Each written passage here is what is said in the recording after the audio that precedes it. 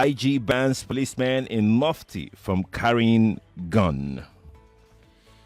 I don't know how the history of the Nigeria police under the current IG, I don't know how it's going to be written. There's a lot of huffing and puffing, and the house doesn't blow down. So this directive came yesterday, which I am sure will not be respected to the letter. And it says that no operative should be seen carrying assault weapons while dressed in mufti. That's the latest. A statement by Mr. Muiwa Adejobi said it was in a bid to reinforce operational integrity. I don't know why we use highfalutin words for something that is just common sense. Why would the policeman carry a weapon in mufti anyway? So why would the police PRO be saying is to reinforce operational integrity and ensure just do the right thing? And something here caught my attention. He said the IGP states that any conduct violating human rights will not be tolerated. That's all. He warned all tactical squads against the misuse of power and improper dressing, emphasizing the importance of operating in approved uniform. Can somebody please tell me what is the approved uniform of the police? You see some in black, you see some in blue and blue, you see some in camouflage, that blue camouflage. In all honesty, I don't understand. What is number one? What is number two? What is the work uniform? A lot of these things need to be standardized, and the policemen need to be well equipped, down to the shoes. The whole idea of enforcement is that the person in front of you must look prim and proper for you to respect him. Some are in flip-flops, some are in sandals. So when he says that in approved uniform, I'd like Mr. Adedobi to please, on Twitter, show us what is the approved uniform, and also to try and explain to those who feel concerned what is the essence of wearing camouflage all over the place in daytime, blue camouflage. We understand that of the military, green formula, it's operational. That needs to be explained to us. Okay? And then all other things. But it doesn't end there. There's another story here there's another story here in the Trust. Although the Trust missed the story, but they carry the headline. And the headline reads, Police retirement crisis festers. There's crisis in the police at the upper level over this retirement in Broglio that we have. There's proper crisis. And the headline reads, top officers refuse to leave over IGP's tenure extension.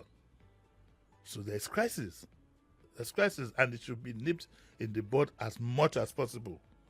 And all that needs to be done, justice and fair play.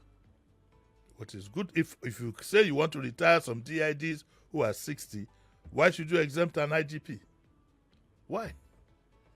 And it says that the court to hear the suit on some people have gone to court.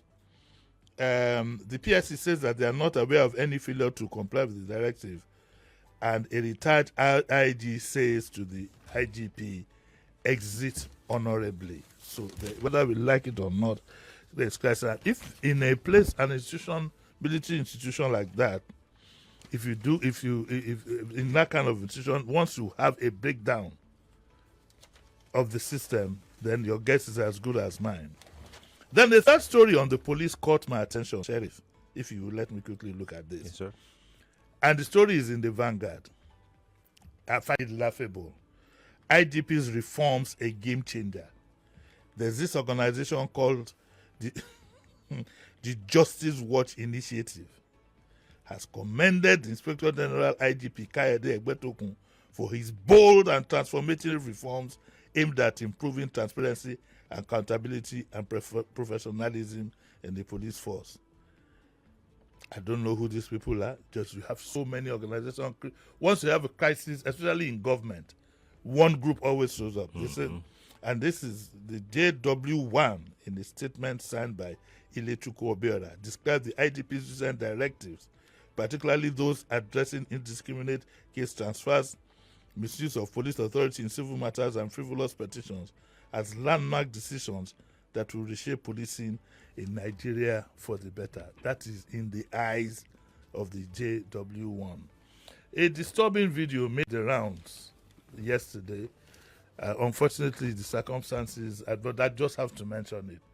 It had to do with, I hope you get to see the video, something that happened at Wigbe University. And they was told that, oh, somebody's security detail. I must have seen close to about 6 or 7 policemen attached to one person. And I keep asking the IG and police authorities, for God's sake, for how long are we going to have every VIP have a police detail? It is becoming more than embarrassing. A famous musician, he has 2, his wife has 2, he has another 2 or 3 guarding his house. We can't continue like this. And I expect the IG to be prepared to leave a legacy, if for anything at all, to cut this malaise that is definitely going to destroy this country. I rest my case for that. Oh, no.